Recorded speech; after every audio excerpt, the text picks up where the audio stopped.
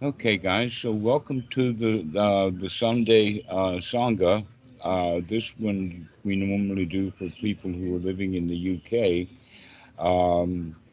because of the timing. So today we're going to talk about uh, the concept of generosity. Generosity is a major function and feature of the teaching of the Buddha, and yet we don't put a lot of emphasis on it. And so I thought that today would investigate a little of that. Now, the first thing is that the word that is used in the Pali is the word dana, and that it actually has the same Indonesian, or excuse me, Indo-European language as the word donation. And so when we hear the word dana, we automatically think of the word donation. And yet the word donation in the West has gotten really complicated, uh, almost in the sense of being obligatory. That in fact I've even seen signs at events saying donation $5. Well, that's really stretching the concept of the word donation. But this is the idea that we have in the West is that um, we have to pay for things, and that we better get what we pay for. And yet the entire capitalist society is built around bait and switch. They sell you one thing and give you another. Or they'll sell you one thing and then never deliver it. This is the way that big business gets bigger, is because they have really nothing to offer except your your greed does all the work for them. And so even when we think of supporting an organization or a church or whatever, uh, we think of it as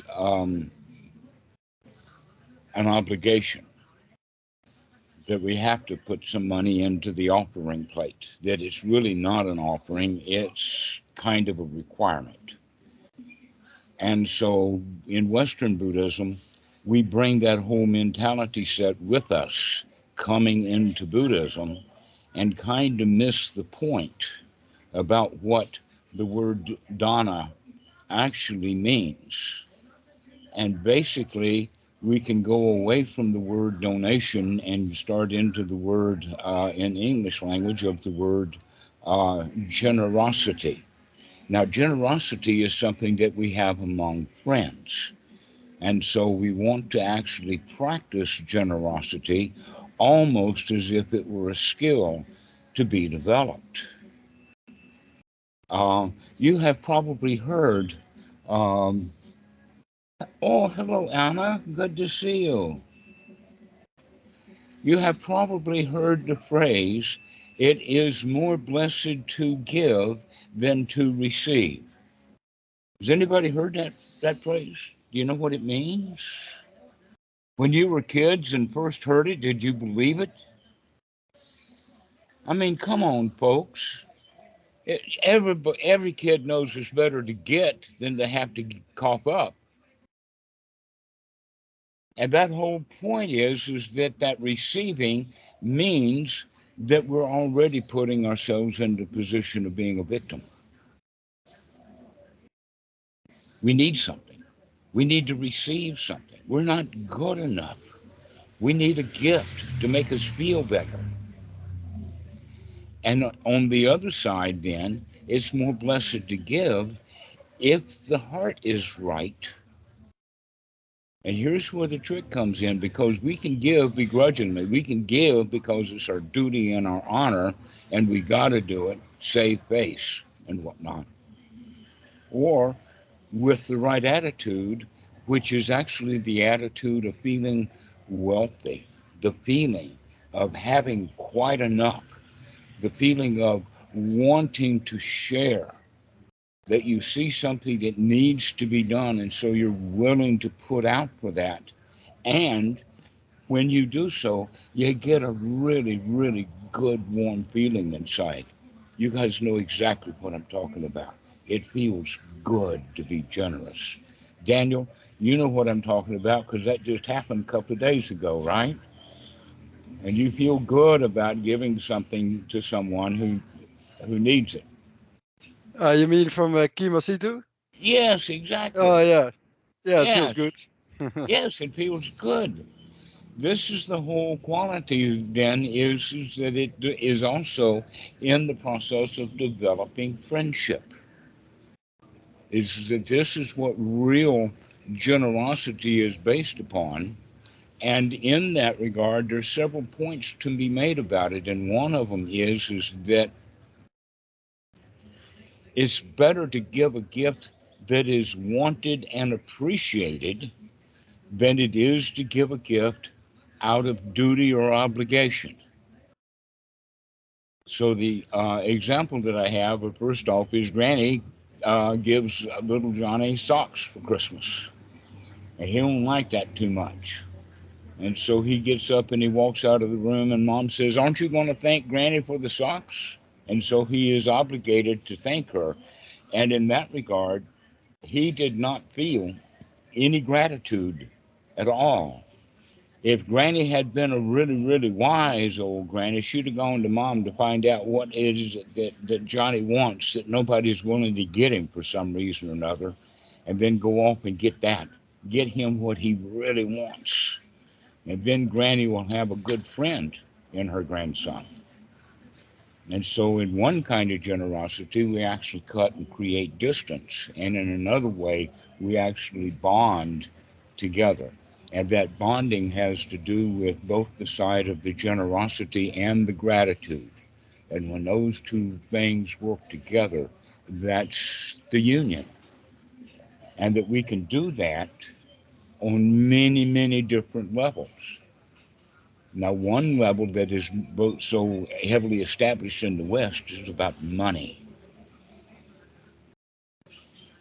But that's not the best kind of generosity. Friendship and being friends with people, that's the real generosity that we have because everybody wants friends. And so having more friends is better than having fewer friends. We don't like it when we lose a friend for whatever reason. He caught us. We don't like losing a friend that way. And so uh, we can practice the friendship in regard of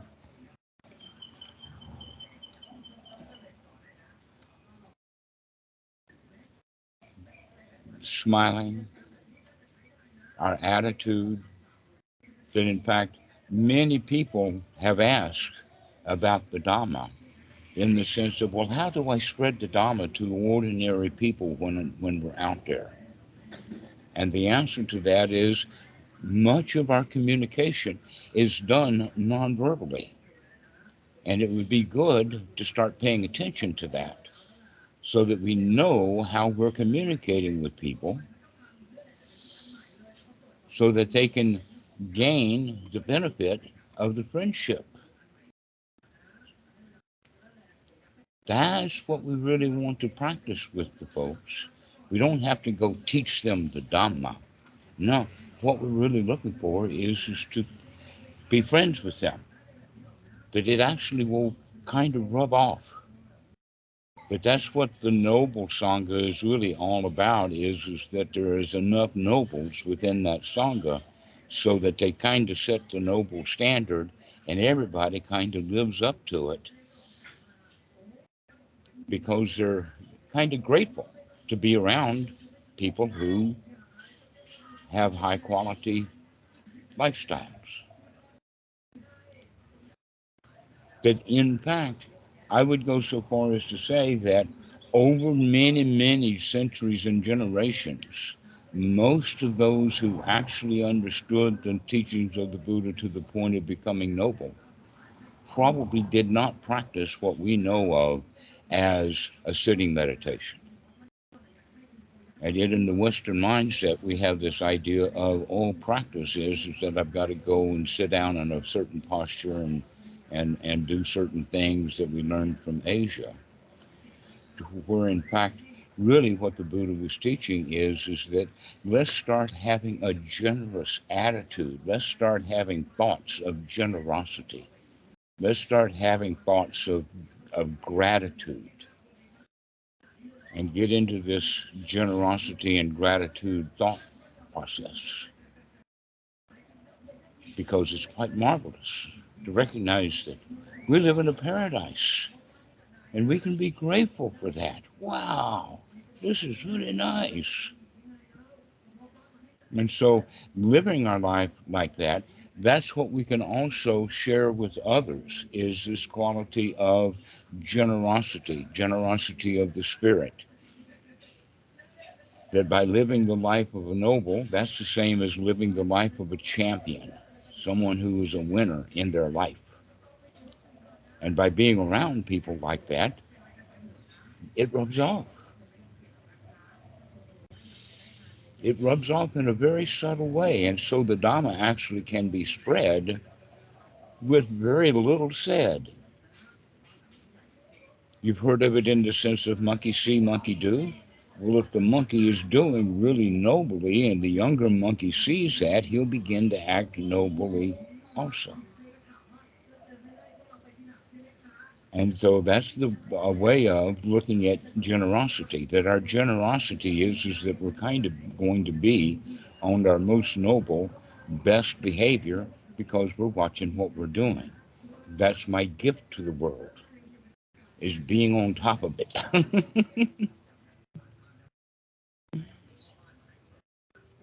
And so think of it in the sense that you've got enough. Everything is plenty so that you can have that generous attitude. We've really, really got a lot.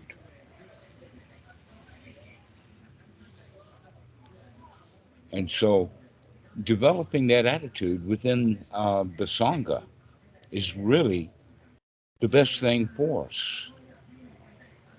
because that's what really the Sangha is all about. To become noble means to become generous with one another so that we can support each other, so that we can help each other along our spiritual path. And in fact, that's what I see as my duty, but there's a whole lot of people coming along that is going to need various kinds. And so just recently, for instance, Daniel and I were just talking about the fact that we've got a young monk, a Westerner, who got himself into trouble because he didn't understand Thai society. He hadn't been a monk long enough, and whatever the situation was, is that he didn't actually get under the wing of his upajjhaya. He didn't quite understand the necessity of the close, deep relationships. And not only that, but when the visa stuff came along, instead of going and getting the kind of help that he needed from his community, he hooked it on his own and screwed it up, gosh, 3 times in a row. And so the advice that I gave him finally is that first off, you've got to go find a Thai monk there at Wat Mahatat that speaks English and make friends with him quickly. And also go to the Achan and really start rubbing up against him very closely, which is exactly what I had told Kima Situ to do with Achan Po, and he just didn't understand that we have to actually connect and make these close relationships with these elderly monks. Well, as you can see, finally, Kima Situ has done that. Didn't take him very long. I didn't think it would. But in fact, I recommended that the right thing to do is to just go to chanting. Oh, I don't want to chant. Never mind, you don't want to chant. That's what the young monks do. And so the younger monks are the ones who are more likely, because it's a huge monastery. And so the one big Dhamma hall is enough for all of the chanters because a lot of the monks don't chant. But those who do kind of join a higher quality clique, so to speak. And so that's what happened, was is that he went and he made friends with those other monks who were chanters, and they then went to the Upajjhaya and got all of the visa stuff straightened out. The Upajjhaya didn't know what he was, you know, he just wasn't doing it well. And in Thailand, we can say that that has the quality of agency, that they are in each other's pockets, in each other's business on all kinds of levels. And in the West, we think that we got to do everything ourselves. And so when he stopped being Western and started being Thai, much of the visa problems just disappeared. And this is the kind of thing that we can help with here in the West, of those monks or those Westerners who are hoping to go sit under a tree in Asia or something like that. And they don't have a clue about how to do it. So a lot of terrorism, a lot of fears come up. We screw it up, have to leave Thailand because we thought we didn't get enough money and all of that kind of stuff. But all of that mentality has to do with I, me, my. I've got to do it by myself. I have to get my own money. I have to do it this way. And this is the idea that we all have because it's the society that we were raised in. To where in Thailand, it's not that kind of society. It's a society of family connections. That in fact, when any young monk goes to the Wat to ordain, probably two-thirds of the people there is his uncles, and so it's already a kind of family connection. And most of the Thai people that I have known within the Sangha for various times and places, especially in America, was is that every monk wound up with a supporter, a Thai person who was in the community that would make sure that his monk got everything that he needed. It's actually in the suttas set up this way. Well, here in the West, we don't even understand it that way. That's why Eric is off on his own. Well, he's got VA, so he's got the U.S. government is supporting him. But Kamasito, he didn't have a clue about how to gain support. And so, in a way, I'm not taking a vote or anything like that, but just putting out the proposal that it's monks like him that we as an organization can support, as well as new ones who are thinking about doing that kind of thing. And here we can introduce Kath, because Kath's been talking about how much money does he have to grab up before he can take off. I just saw you post that, in fact. Oh, you just read what I sent you today? Well, I don't know. That was long ago, I think. But yeah, you were planning. You were counting your cash. Yeah. How much do I need? And the answer to that is that over a long period of time, what you'll need is friends. Either that or like situations like what Eric has. That in fact, Eric has already told me that he could probably support 5 Western monks. All they need to do is just come move in with him. I'm kind of letting his secret out of the bag, but he's got plenty of resources. But the real problem is so much fear that's in the Western mind. Oh, how can I go and change my lifestyle? Now, there's several criteria. One of them is that a guy who's got kids, he needs to make really special care that he's doing it right. But it's better either to do it before you have kids or after you can gain their adult permission that you're going to go. But most people are actually young enough and not so tied down, and so everybody has that kind of idea of, well, wow, I actually drop all of this Western culture and go take off and sit down under a tree and have a pleasant life? And the answer to that is, yeah, we've been doing it for 2,500 years. No matter what kind of culture it was, we can find a way to get out of it. We can help each other with that. But that's what the Sangha is really all about, is mutually helping one another along the spiritual path that would eventually mean that housing would become involved. Well, guess what? We've already got plenty of housing, not just in Thailand, but there are more than 200 Western Watts in the, not just Western, just Thai Watts. I think altogether there's closer to about 500, including Laos, Cambodia, uh, Vietnam. Every one of them has room for one of the guys here. All you have to do is figure out how to move in, and then just move into the nearest Watt close to you, make a connection with the abbot, and move right in, knowing that you could if you've got a car, sure, keep your car, but you don't need to keep an apartment because you can sleep on the floor there at the Watt. Then you don't need so much of a job anymore. You can devote your life to the Dhamma, which is what every one of us wants to do. I mean, every time a student gets into the Dhamma, it really is like quicksand. It does suck him right down into it because it's the best quicksand in the world. And we become devoted to it. And in fact, that getting sucked right into it is exactly what the Buddha was talking about as the stream enterer, where the Dhamma now becomes the most important thing in my life.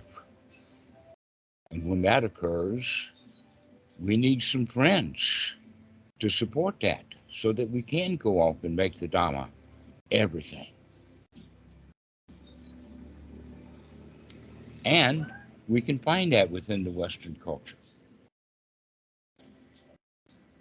Because even if you kind of wish that you could do that yourself, but somehow or another you've got kids or you're tied down to whatever, you would still be quite willing to help someone that was part of the community, somebody that you knew, someone who actually needs some help from time to time, and then we can outpour our generosity. And so this actually becomes back to the idea that this is kind of a grassroots situation where each person can experiment with their own generosity gratitude cycle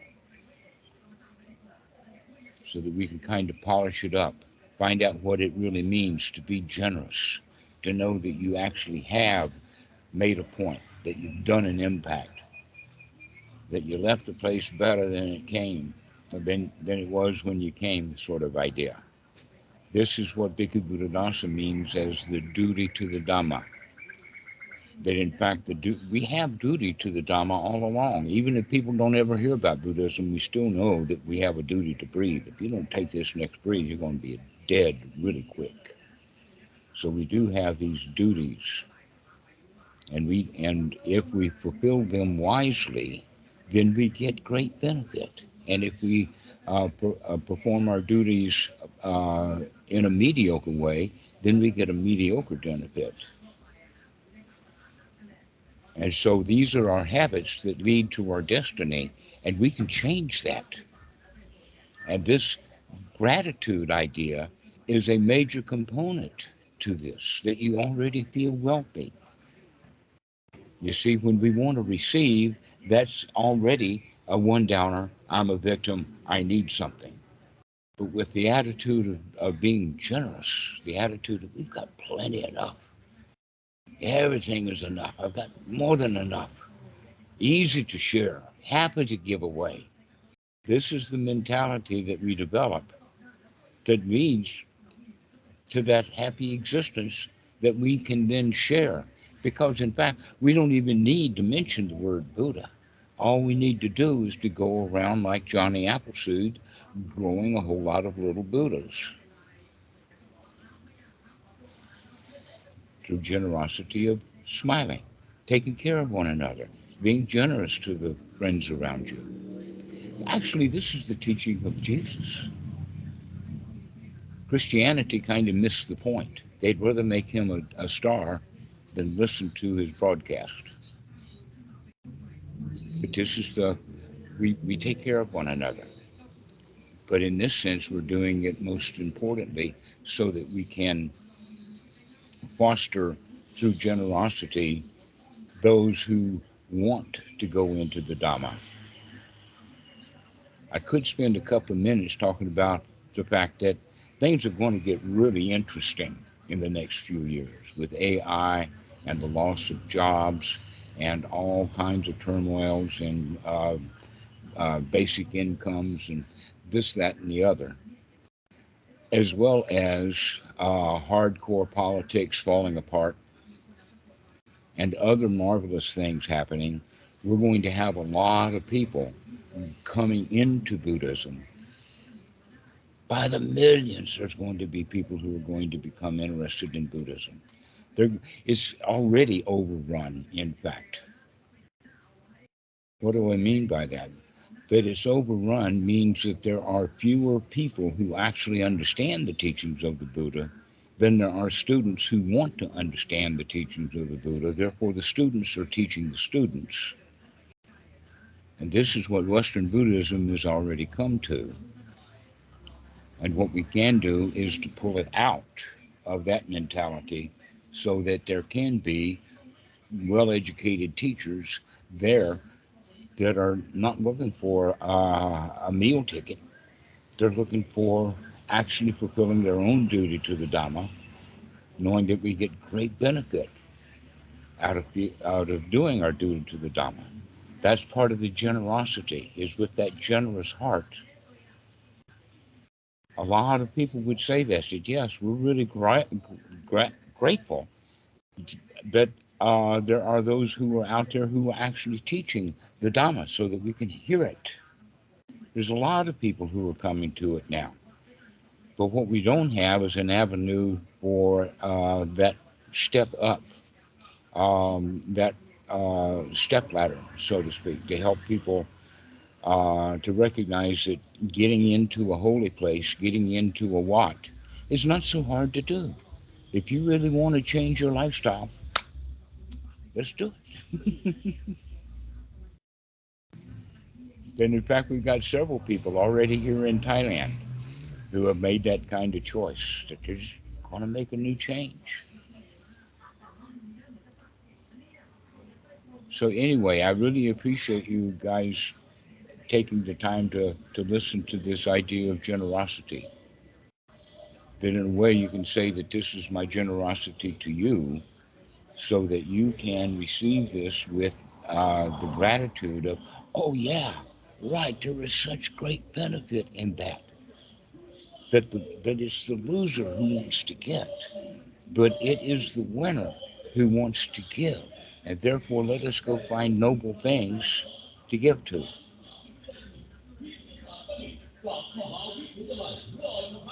So thank you guys. Does anybody have any questions? This would be a good time to ask questions.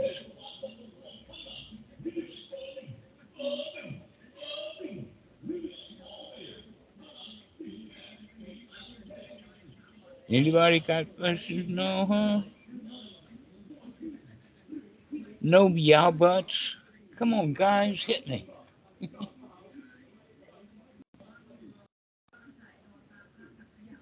Generosity is pretty. It's not really disagreeable, I think. So I guess in that sense, yeah, I agree with everything you say. And yeah, about Eric. So he's staying in the Laotian Wat right now. Yes, Right? uh-huh. Yeah. So the abbot there is open to receiving more Westerners. Yes, as well as Achan Siri and Roy Ed, as well as the Upajaya at Wat Mahatat in Bangkok. I mean, if you want to come to Thailand with the idea of ordaining, we've got the tools. Wat Mahatat, I just looked it up, and it's actually in Ayutthaya. Is that right? Ayutthaya. No, not the town, not the city of Ayutthaya. No, Wat Mahatat is one of the 5 Wats that is on the government ground around Sanam Luang. Uh, uh, the the Emerald Buddha. Near the royal palace. Yes, exactly. Very close to the Royal Palace and the Royal Palace grounds. I Um, see. it's a training monastery. Kind of across the road and down a ways is Thammasat University, which is the big law university, and all the legal kinds of stuff is done at Thammasat.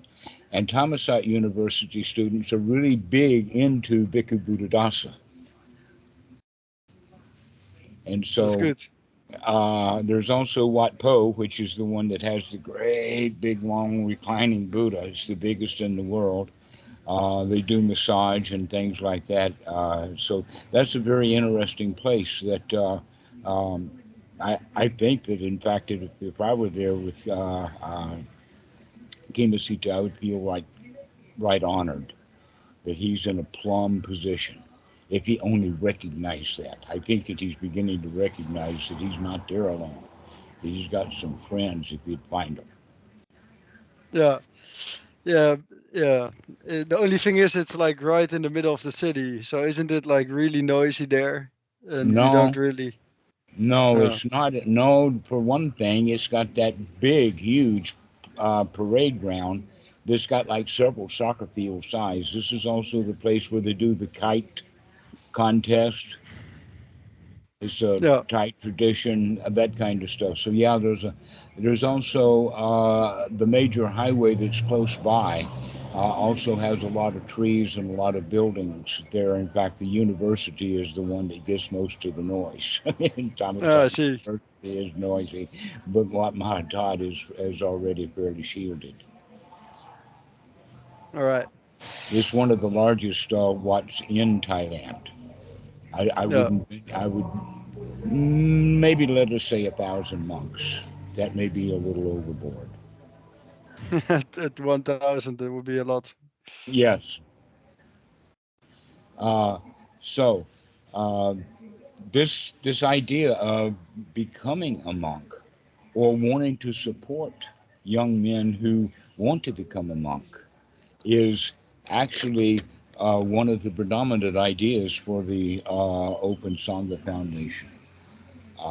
But the other possibilities would be those teachers who have already established themselves in Western tradition, including charging money, is to get them also associated with the Watts so that we could get them out of the money ideas into the idea of turning Buddhism back out of the business model into the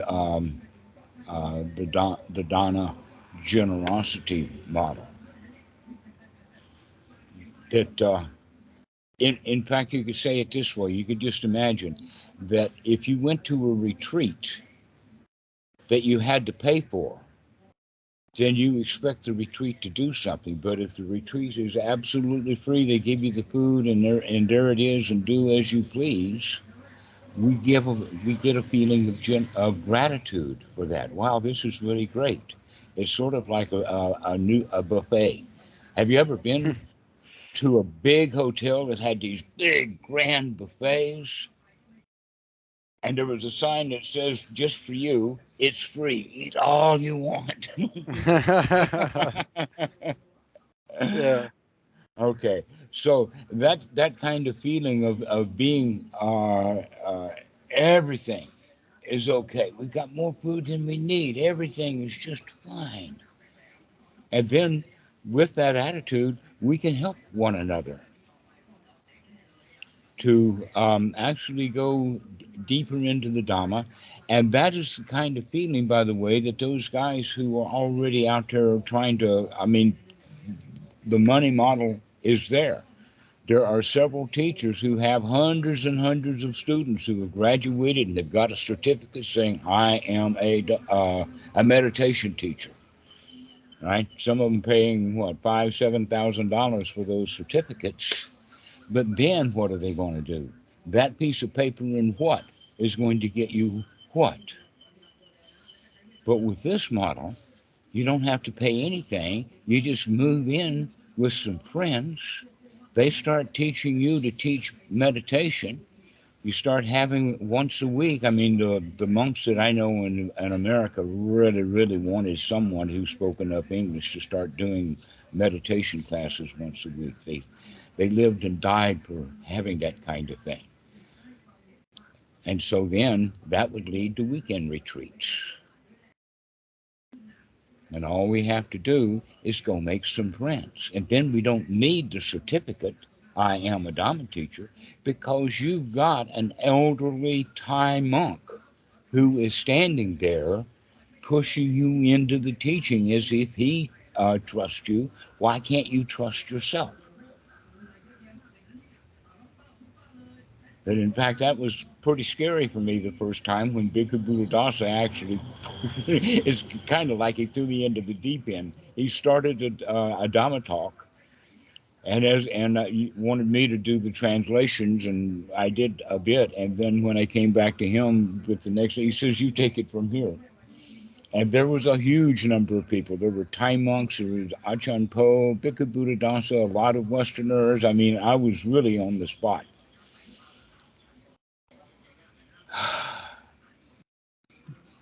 So that may happen to one of you guys too. It's a good thing though, in the sense that Bhikkhu Buddhadasa knew I could handle it. So I guess I can. And so I got that confidence from him. So this is how actually the Thai monks work. Is that in fact you could say that the language is not going to be a problem because most of the best Dhamma teachings is done non-verbally, especially if you get your eyes open and looking at what's going on. That a lot of the teachings are done non-verbally. We couldn't do a lot of that on Skype. I'd like to. I'd like to walk around and sneak up behind each one of you in your bedroom, but can't do it.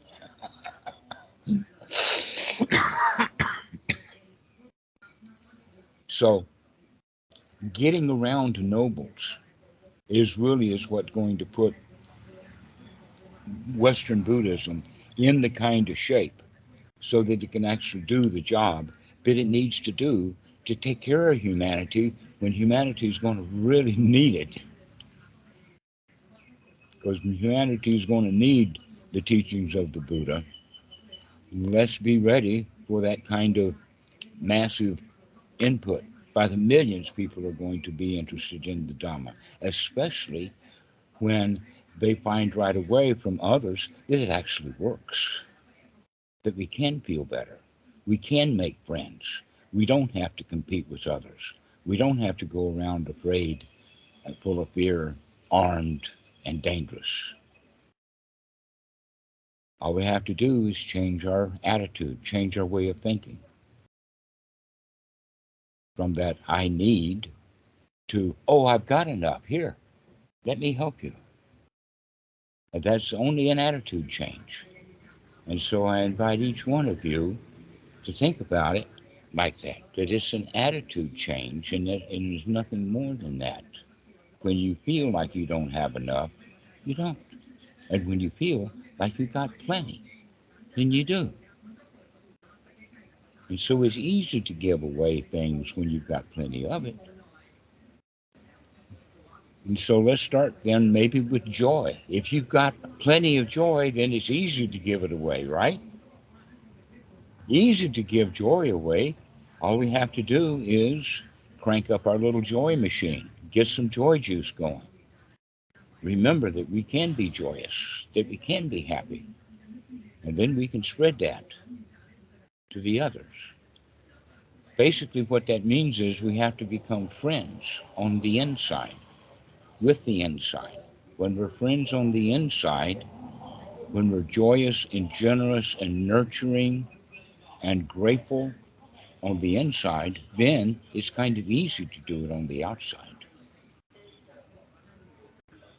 Without having that joy, that friendship, that gratitude and generosity circle going within one's own mind, then it's impossible to go out into the society where everybody is unhappy and uptight and greedy and wants this and they really don't see what's going on. We can't help them much because we're exactly the same way. But when we decide, oh no, I am going to have a noble mind, I am going to have the mind of generosity, I am going to have the mind of thankfulness, then we can share that. And that's what we need. We need friendship in this world. There's already plenty of money. Gosh, there's so much money. They've got intricate ways that the banks are just creating more and more and more of the stuff, and nobody's happy about it. Even the guys who get the most of it, they're not happy. They just think that they can get more, then they'll be happy. And really, what those guys need is a friend, someone who can point them out in the right direction, help them to see that they can be happy without the money. Maybe they can go give us a couple of $100 bazillion or something so that we can support a whole bunch of monks out there. Daniel, you got your hand raised. Go ahead. Yeah, so as a testimony to this, I noticed that I have a couple of friends back home that I used to talk about the Dhamma with, but it never really interested them. I guess because I tried too hard. And then I just came back from Thailand a couple of days ago, and I had been on retreat for almost a month. And I was in a really, really good mood. And then I wasn't even trying to convince them, but now they are like, "Oh, I want to try this." So that's really nice. And I also had a question. Yes, go Is ahead. that yeah? So I have, for example, one friend, and he is really interested in it, but he also feels the need that he needs to save the world, like politically. So he feels like, yeah, that meditation is like egoistical and that it's not gonna help the world, and that he needs to save it first. So Right. But yeah, that was what we were taught. And it is hard yeah. to see past that. Um, that in fact it's questioned in many subtle different ways. One of them is a guy says, "Well, if I practice what you're talking about, I'd never get out of bed." And my answer to that is, "You going to shit on yourself?" But you can see where the mind goes with that is, and what we're not saying is, um, don't do anything, but rather don't do anything for a little while. Stop, look, see Just what's for the going on. moment. Just this moment, right now, take a really close look at what's going on so that you can have some choices about it. And when your choice comes by that you feel really good, really joyful, you're ready to go out and meet the world, then you can go do, even if it's a political thing, you can go do it joyously. But they don't do it that way. You see, all of the young kids that go, let us say, to Washington, D.C., they go as interns, thousands of them, in fact, for various ways. And so there's it's actually just a Xerox line drawing that I actually saw more than one place when I was there as a monk. I got toured around and began to see this thing show up. And what it is it's a line drawing of a little pond where someone, a caricature of a new recruit, is standing in the middle of the pond, and he's completely surrounded by alligators. And the caption is that when you're up to your hips in alligators, it's hard to remember your original intention was to drain the swamp. Now that happens to everybody who goes into, oh, I'm going to fix the world by doing this, going and working for somebody's campaign, going to rallies, going to riots. All of that kind of stuff is done out of the point of, I don't feel good, because I'm thinking about that. If that thing got fixed, I would feel better. Therefore, I am out here championing this politician or this movement. And what the Buddha teaches is that, hey man, you're making decisions based upon bad feelings and your thoughts. Wouldn't it be much better to realize that you can actually feel good, get all of the problems out of your mind, come to the situation in a fresh way to figure out what you want to do that's actually going to be of benefit? See, most of our behaviors actually are born from feelings. The feelings are actually the drivers. And it's sort of like a horse-drawn carriage, and the feelings are the horses. And the owner is sitting in the carriage, but he can't control it because something else is driving the horses, but he's not paying attention much to where he's going. So this analogy would be then that the feelings are blind, and we go off and do things because we think that we would feel better if those things got done. And this complete motivation on a regular basis. Everybody has that. Your friend Daniel, you just says that, yeah, your meditation is fine, but we got problems that we got to solve. Hey, man, the problems that you got to solve are between your ears. They're in your chest. Sit down and look at where your real problems are. And when you recognize that things out there, you a lot of it you can't change, and a lot of it you don't understand, that in fact if you started twinkling with it, the whole thing might fall apart. Let's not let your friend go tinker with too much. Well, I get where you're coming from, because yeah, I think I feel the same as you do, but at the same time I also understand where my friend is coming from, and All there right. there is some logic to it that I can understand where he's coming from. I totally don't feel the same way, but Well, here's the yeah. point though. You could, and so could he. The difference is that you can feel good and don't do it, but he can't feel good and do it. He's stuck in feeling bad, and so he has to do it. If he comes out of his bad feelings, then he might want to have the wisdom to make a better choice. This is the OK Corral, right? That you talked Yeah, about. yes, this is Yeah. exactly it. It's the OK Corral. You caught me at it. Okay, so here's what we're talking about with that. We always have four choices: one, two, three, four. On on the vertical, we have the point of, am I going to do it or not do it? I'm either going to do it or not do it. On the horizontal level, we have it, how do I feel about it? Do I hate it or do I like it?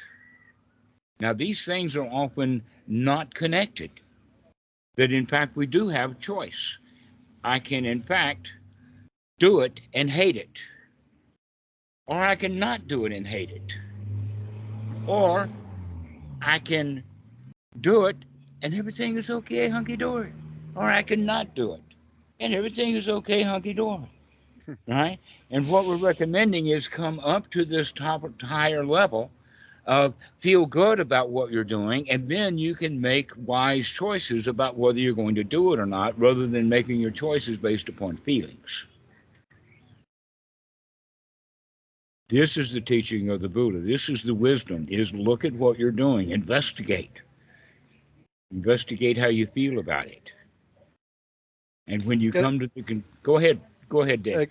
can I just write down the sutta, because I never remember. Can you give me the sutta number? Which one are you? All Oh, right. from the The, OK the Corral. the OK Corral is not in the sutras. That's Oh, Eric Burns.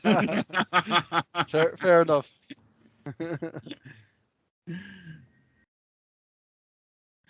But also, we can use that in the sense of generosity. We can do things begrudgingly, or we could do them generously. And then we still have a choice of whether I'm going to not do it generously or do it generously. We have a choice. if you can remember to wake up to have that choice. And if we can remember, then we can treat each other generously, treat each other friendly. We don't have to agree with them. That in fact, we can make a joke of it, turn things upside down. You don't have to agree with anybody. But one thing's for sure, and that is don't be disagreeable about it. That you can find something that we agree to and can work together on. That's generosity. And selfishness is, I gotta have it my way, my way. You can't have your way. I got it to do it my way. In that regard, that's the mindset of it's better to receive than it is to give, which is also, I got to have it my way because I don't feel good enough without getting it my way. And so it's always back to the feelings being the motivator. And so when you can use your feelings, again, now we're going to use the feelings as the motivator, but we got control over the feelings, so we could motivate to do the way that we can do it wholesomely because we've got good control over the way that we feel. How do we gain control over the way you feel? You might ask. Anapanasati, one thought at a time, change this thought from an unwholesome thought to a wholesome thought. One thought after another, and that gives us the skill set then to be able to deal with the world in a happy, um, generous way. So begin to think about all of your conversations and all your communications with others. How can I give them a gift? Can I give them a smile? That's the way that we want to look, is always looking for being generous because we've got plenty of smiles, got plenty of laughs. Let's share them. Hello, Dhammarato. Can I? Hello. Well, hello, Marcus. Oh, my goodness, you're all wrapped up. You're not in Thailand anymore at all. Yeah, I wasn't last time either. I was in England last time, and now I'm in Norway No visiting. way. Yeah. Daniel, you've got a couple of renegades here. Norway. Is Norway. Dan thumbs up? Thumbs down. What's that? Did you say Daniel's from Norway? No, I said that the two of you are renegades. You're in Norway, and where are you, Daniel? I'm in Holland. Holland. Okay, Yeah. so that's what I mean. Yeah. Well, I'm visiting right now, but I don't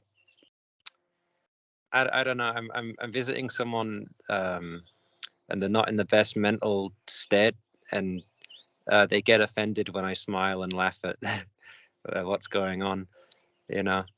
That's because they think you're laughing and smiling at them in order to put them down. So how can, now that you know that, how can you work around that? Maybe by always laughing and smiling, by pointing out something to them to take it off of them. I tried that. But it's not helping. So Well, one of the things that we can actually understand is that woman or man, I don't know who it is gender wise, but they don't want your help. Yeah, true. Yeah. Okay. So so your generosity then needs to find a way that for you to behave the way that they want and expect you to behave so that they can feel comfortable.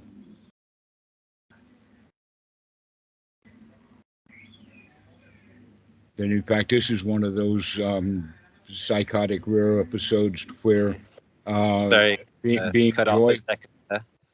Yeah. So if the joy doesn't work to make them comfortable, and they get upset when you get happy, I've seen that before. I'll tell you, there's a whole class of people who will do that, and that's cops. If you start laughing when the cops are around, they'll get really unhappy. Because it's not that they think that you're making fun of them. That's the psychosis. In the case of the cops, they know that you're laughing at them.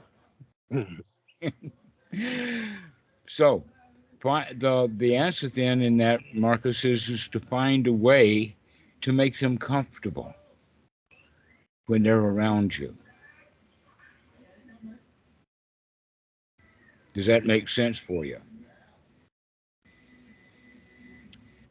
Yeah. I've just come off some stays at monasteries and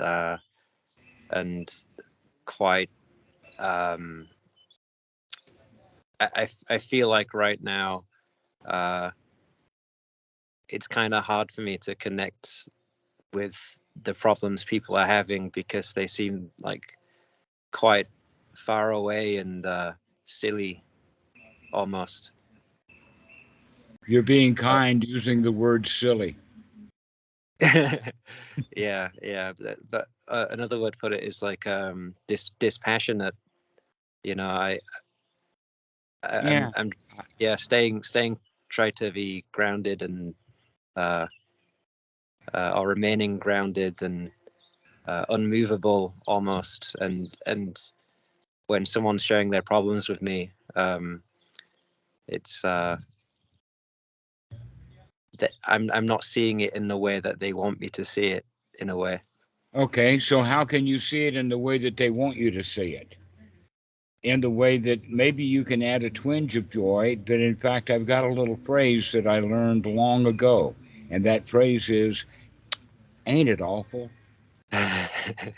So whenever they say something like that, you can say, ain't it awful? And you're commiserating with them and taking a mickey out of them at the same time. Wow, that's terrible. Ain't that awful? Yeah, yeah. I'll go back to that. It's good. Andreas Because got in a way, that's what they want to hear. They want you to agree with them. yeah. Eric Byrne referred to this as, the game playing. So recognize that they're playing a game that's got the payoff of you feeling bad and them feeling justified about how bad things are. So don't try to talk them out of how bad things are. Don't let them see the brighter side of life. They're not ready for the Dhamma. And that's something that we have to see anyway. In fact, Daniel, you were just talking about that too. That there's a whole lot of people, they don't want our Dhamma. They want to blame us for their bad feelings. Well, blame me might be a bit overstating it, but they do want to blame something. That's right. Right. Well, if you disagree with them, they will blame you.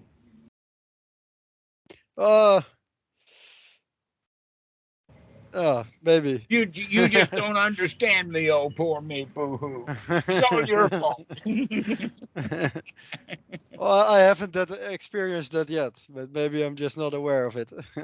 Okay, well, be wise enough so that you don't have to. Yeah. Be wise enough that you recognize that when somebody doesn't want your help, don't try to help them, Yeah. but rather in a generous heart, give them what they need. And for most people, happiness is the right key. But Marcus has pointed out that's not always the case. Sometimes people Yeah. are really out of it. Yeah. And Marcus, in that regard, I would recommend don't spend much time with that person. In fact, I just sent a really nice monastery that's in Norway. It's a Ajahn Chah monastery. Yeah. So if you have some I just time. I just came from Arunaratnagiri in England, and that was really nice. Oh, good. Yeah, same Ajahn Chah lineage, and things are very simple. They just have 2 kind of formal practices every day, and the rest is very laid back working and just free time. You know, getting to know the people there. Yeah, Sounds good. yeah, That's right. it's very Right. nice. Time to make friends. So one Yeah. last question, and that is that the person that you're talking about, were they at the Wat, or is this somebody Right. that you met out of the No, Wat? No. no, this Okay. is someone who invited me to visit family. Oh, family. Okay. Yeah, and they want me to uh well, they want me to make them happy, and I try to point out that only they can make themselves happy. But then it got kind of this. I don't want your advice. I Yeah. need you Don't to. give them advice. Yeah. Just give them your happiness. That's what they want. Is that they want you to be happy. They do not want for you to teach them how to fish. They want to fish. Mm. Does that make sense? They don't want you to teach them how to fish. They don't want you to teach them how to be happy, because that proves that they've been wrong all this time and that they're unhappy because they've been wrong. So instead, we give them what they want, which is to feel right. Yeah, that's right. I know exactly how you feel. You just want to be happy all the time. I bet you do. I do too. And just play it that way. Okay. Yeah. Okay. Andre, you got your hand up. Go ahead. Yeah, since we're on the topic, I was just thinking of a situation where somebody is expecting your generosity, and you know that by giving in, well, by providing them the generosity in the way that they want it may not be in their best interest. Right. You know what I mean? Yes, I hear you So being judgmental about it. I hear you're judgmental. well, no, it's not No, really wait a be minute, judgmental about it, but wait a minute. I'm teasing you, but that's an important point. Is that you don't want to be generous. no, but say for example, right? Hypothetical. This is a hypothetical scenario. Uh-huh. But whenever I'm in India right now, right? I'm in Sikkim currently, and there's a lot of beggars in the street, Right. and I give whatever change, whatever money I have, and every time I try to make like an eye contact and a smile and to have this energy, also have a little bit of that exchange as well as just the cash or whatever, right? And some of the people, sometimes you can really connect with people, and sort of have that be another thing happening, right? But other times people are not looking for that, right? Or it can be another example in the United States when you see somebody who's openly saying something like, "Why lie? I need a beer," and you give them money, and they're just gonna spend it on more booze, and they're not interested in also in sort of there's nothing you can do for that person. You can't radiate love to them. They're not receptive to it, right? Then leave me alone, give me your money and go, basically. Okay. So I understand like, where you're coming from. I can hear that yeah, what do you really, do in that really situation? clearly. Well, I may be starting at the wrong end of the stick here, but what I would suggest is getting a small pouch that's full of the smallest denominational coin that they have in India. Get a big bag of coins, cheap, like what, 5 paise coins, 10 paise coins, that kind of thing. 1 rupee, way too much. Get the bag of small coins and train yourself to enjoy giving those coins to people, whether they want that coin or not. Because at this level of coin, half the people don't even want it. But here you are practicing generosity. So you can take that bag of coins around and give them around to people. That in fact you But can at give this them to. denomination, people would actually get pissed off. Pardon? Like, what? At Yeah. this denomination, a lot of these people would actually get they'll get almost offended. You know, All right. they would look at But this like, what are you giving this to me? yes, okay. But you're there to practice your generosity, not have to put up with their ingratitude. Okay, This that's is good. that is a mind training for you. You see, you're looking on the outside, and this is all about training your mind for gratitude on the inside, so that you can feel good. In a way, you actually, and this is not wrong. This is actually according to the Buddha, though I don't want to go into it too deeply, but it sounds weird. And that is that you're actually superior to those people, and you have the ability to feel that way because you know it's true. You're the one who's being generous here. Take Mm-hmm. credit where it's due. Become the lion. Become the one in Mm. charge. Make it a So game. This is a so game to the learn to play. so the idea is I'm just doing something that I know is right. I'm just doing something that I know to be generous. It doesn't matter It's got nothing to what. do with whether it's right or not. It still has to Right, do with how right, you right. feel about it. Okay, that sounds great. That in fact, the right or wrong is the same thing as if you're going to do it or not. And the reality is that rights and wrongs are a judgmental quality that throws us out of our own paradise. That was the whole story of Adam and Eve, is just to stop judging your paradise and just enjoy the paradise as it is. India, I understand, is a paradise that's hard for Westerners to enjoy, especially out there on the street. Yeah, Daniel knows what I'm talking about. He's been to India.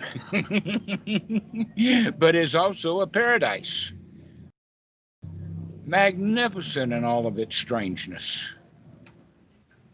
But when you want them to feel a certain way, when you can't even control them the way that you want to feel, where's that going to bring us? The answer is can you actually do this little trick that I'm telling you about? Go get a whole bag full of coins, maybe every day a whole new bag full of coins. And pretty soon you might in fact get the idea that, well, I could put a 50 paise coin system in here rather than a 10 paise coin system. That in fact this is what happened with I had a I still have a student. His name is Willie. Willie was in downtown New York City on the subways, and he started with 25 cents. And while he was still practicing, last time that I heard from him, he was giving coffee and donuts to some of his friends that are out there on the street. You actually can make friends with these people on the street when you start to treat them human, start to treat them friendly, start to have the attitude of being generous rather than the attitude of I got a duty here to do. I'm supposed to take care of these people and they're yucky and I don't like them. They're greedy for 10 paise.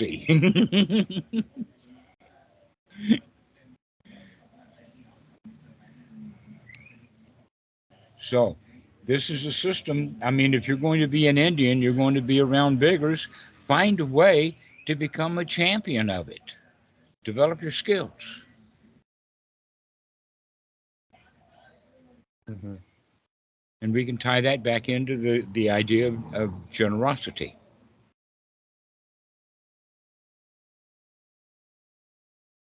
I've got some very interesting stories to tell about that kind of thing, including uh, buying a bunch of cookies, and all the kids came around and grabbed them and took them out of my hands. So I went back into the store and bought the whole jar of cookies It was a big one of these big glass jars, and we put it down in the middle of the store, and those kids from all over the place just went wild getting all of those cookies out of there. No one bothered to thank me, but we had 30 or 40 kids who were really happy that that big jar of cookies, Indian cookies, I wouldn't want to eat them myself, but those kids really love those cookies.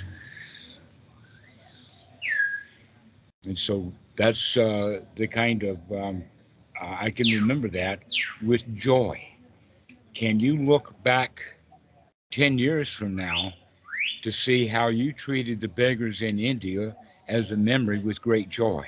Oh, wow, I really remember when that happened, when I gave a whole jar of cookies out or something like that. I'm talking about one of these 5-gallon big, huge jars. So this is the way to begin to think about being generous, including with Marcus, being generous by not giving what you would expect, but to give them whatever they need in order to be comfortable. So sometimes we have to be on our toes with that. But in all cases with this, the important thing is that when we're actually looking at after the welfare of another, we're not being selfish at all in that moment. That the whole idea is to come out of ourself, out of our own little world, and interact with the people out there in a friendly way. The world needs more friendship. It really, really does. Society is literally at each other's throats. And so we need to change our mind, our attitude. And the attitude is that I'm the winner here, that argument that they're having is nothing to me. Yeah, Pedro, you got your hand up.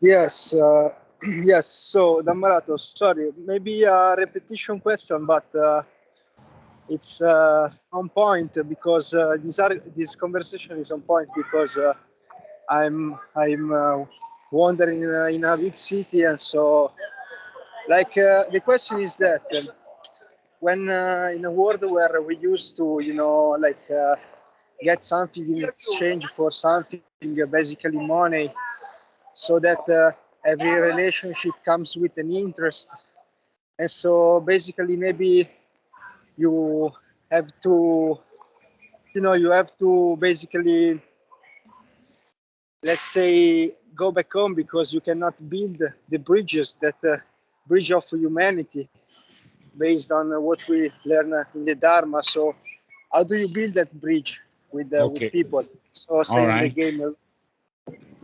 I understand this. I have heard this situation before.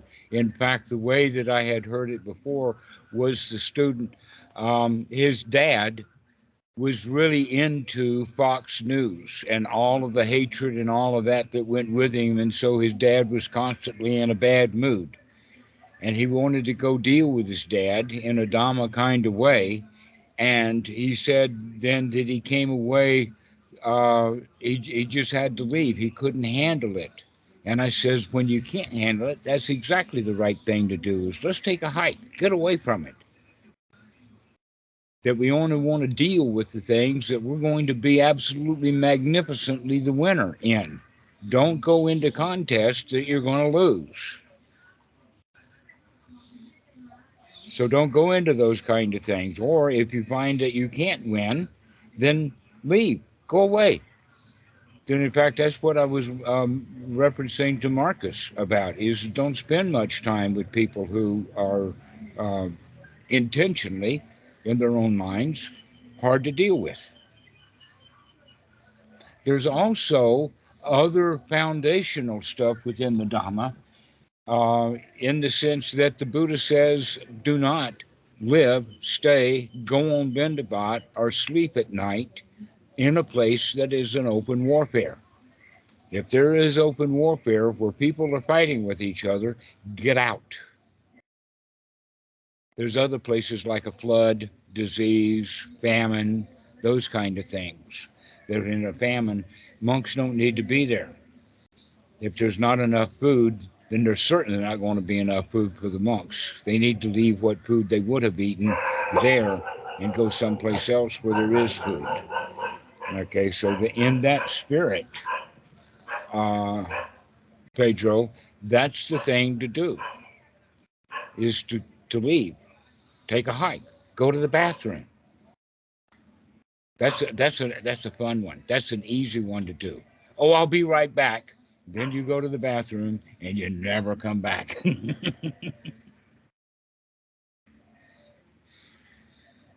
So yeah, make your exit. Make that the easy way out, because that actually is the easy way out. I mean, it solves every argument. If you decide that you have to argue with someone, the better thing to do is to not. Because you're not going to win the argument anyway, and neither are they. It's just a time for feeling bad. But if you walk away, you can walk away with the thought of, wow, I'm glad I didn't have to deal with that argument. You still have that attitude of being the winner. Let's see. Daniel, you just raised your hand. Yeah, I was wondering, what does the Buddha say about self-defense? Like if you're in a life-threatening situation, someone's attacking you with a big sword. Actually, I saw this recently. I had just come out of Wat Suan Mok, and I went to the ferry, and all of a sudden I hear some screaming, and there's a guy running with a blade like this towards another guy who also got a blade out of his pocket this big. And I was, oh, I'm back in the regular world. I really felt like that. But I was wondering, yeah, what does the Buddha say about that? Well, number one, don't grab a great big blade and go towards them. Yeah. Don't get involved. Stay out of that kind of situation. All right. Now, the likelihood of somebody taking a knife after you is highly dependent upon what you just said. And if you say something that is irritating, people might take their knives out. We've in fact given them a gift that they don't want. But if you're giving gifts to people and give them what they want, then they're not going to take their knives after you. They're going to take their knives after the guy who won't give them what they want. Well, I mean, like in the Second World War, with a genocide, for example. Yeah, If and you're I'm someplace else. I went to Thailand. okay, You see what yeah, I'm talking about? Get out of dangerous zones. Get out of danger zones. Get out of war zones. yeah. Go for a place that's safe.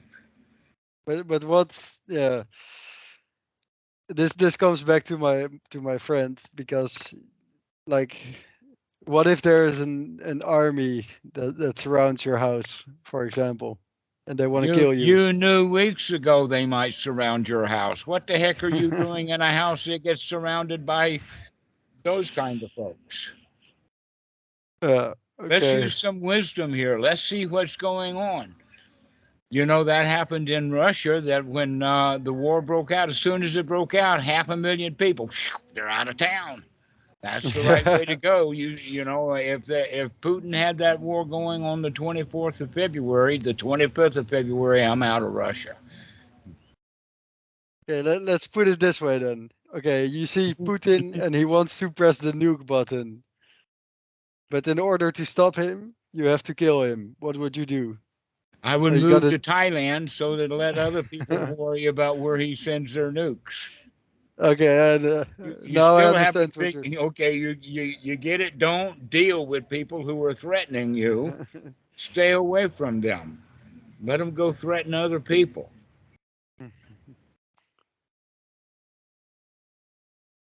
All right. That's part of the reason why I'm on Gopangan. It is probably the safest place in the world. Don't get great big storms here. There's no possibility of a flood. The earthquakes that were here were so many hundreds of millions of years ago that things are pretty static now.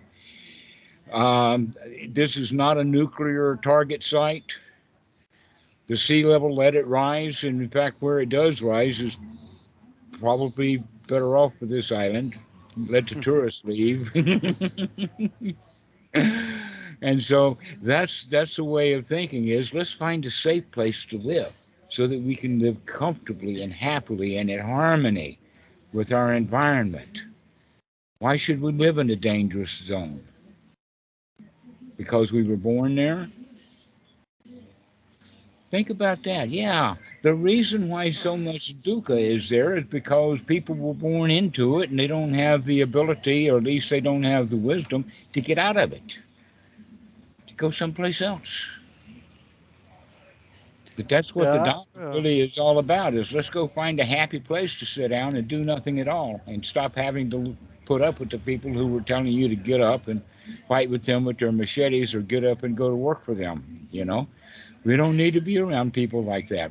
We can go find some friends to live with.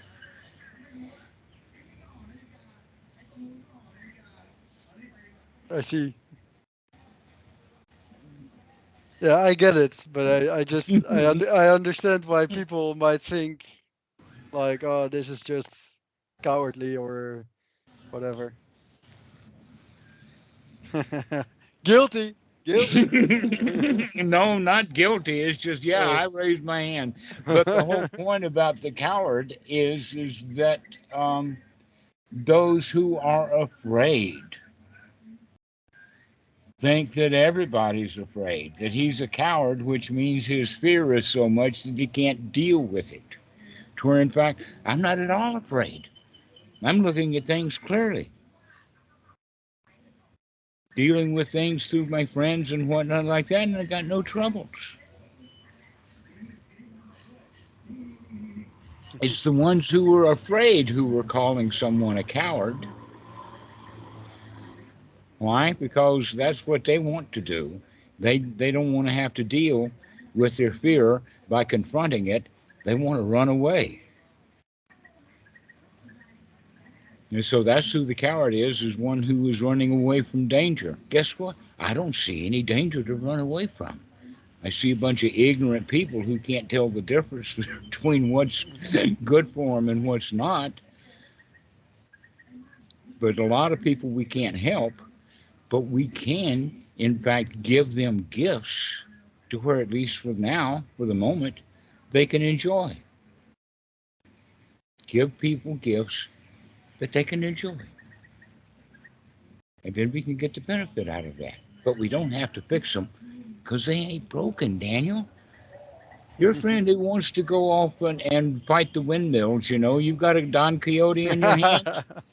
Wind him up and let him go and applaud. Yeah, that's another windmill. Go get that one too, Let him go. Because that's what he wants to hear. Yeah, yeah. It's kind of what I tell him. Like, yeah, it's good that you want to fix things. Yeah, let him go But fix don't feel things. bad about it. That's what I say. When he starts looking at his feelings, he will recognize that he's not trying to fix the problem out there. He's trying to fix the way he feels about it. Yeah, that's a good one actually. How would he think about it if he were feeling good? Would he still feel the same need? Yes, that's a good question. That's Yeah. very Socratic. Socrates, that's a very Socratic question. Yes, I would highly recommend that. What would you do if you felt good about this? Yeah. If you're all blissed out. Yeah. If everything was hunky dory and you didn't have any problems in the world, what problems would you go solve? Actually, if there were problems, but you would feel good anyway, would you still feel the need to solve them? That's the Right? kind of questions that will get people to look at and begin to recognize that all their problems were mentally created. Yeah. That we create all of our problems. Let's stop creating problems. And then we can deal with other people who are out creating their own problems. But we don't have to give ourselves a problem just because they gave themselves one. Yeah. We can let people keep their problems to themselves. Yeah, I guess I care too much. I try not to. Well, happens. all we have to do is remember. Never mind, start again. Never mind, start again. That's exactly right. Wow, I really messed up that one. Never mind, start again. Yeah. Yeah. Okay, guys. Well, is there's anything else that we want to talk about today? Annette, you got something that you want to add?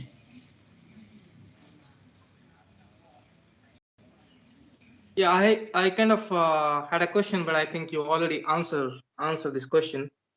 Okay. So I mean, this was long. I mean, long in the conversation. At some point, when you were discussing that you don't feel good about the word, and then you want to do something, but you actually want to change your feeling about it. And what I understand is maybe first you change your feeling anyways, feel good, and afterwards you decide whether you still want to do it or not. Right. That in fact, you want to do something really badly because you feel so bad that it's not done. If you work with Anapanasati so that you begin to feel really good, you still now have the choice. Am I going to go do what I wanted to do and feel good about it? Or if I really feel good, then I can just let it go and not even bother to do it. But we always have those choices if we're wise and remember that we've got choices. But this is the whole teaching of the Buddha, is to know that we have the ability to make right, noble effort, that we can change things based upon the fact that we can look and we can see.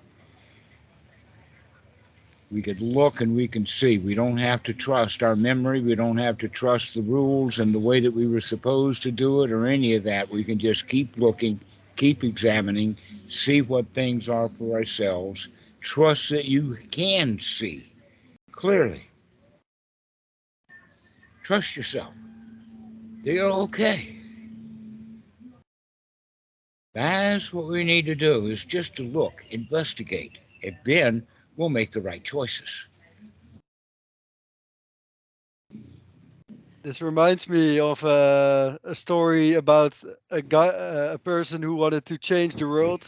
It's a really famous one. And then he cannot change the world, so he wants to change his country, and he goes all the way down till he Can't change changes his wife. himself. Can't change his wife even. Yeah. And then when he changes himself, then actually starts to have an impact on the world. That's an important point, you see. When we Yeah. want something really bad, all we've got to work with is bad feelings. When we've gotten out of our bad feelings and have the component of wisdom, now we've got additional arsenal. We can go and do what needed to be done because we can see it clearly with wisdom. And we can find better avenues and better ways of doing things. Yeah, the Buddha's going to make the world a better place. Yeah, because he Yeah. had a teaching that was worthwhile having. And so this is all we need to do, is to spread the Dhamma, but we don't need to spread it in language, but spread it in the feeling of generosity. All right. So That's good. thank you so much, guys. I appreciate it. Thank you, Dhammarato. Thank you so much. Right. Thank you, Dhammarato. Hope you enjoy yourself. Thank you. Bye Thank bye. you. Okay. All right. See All you. righty. Bye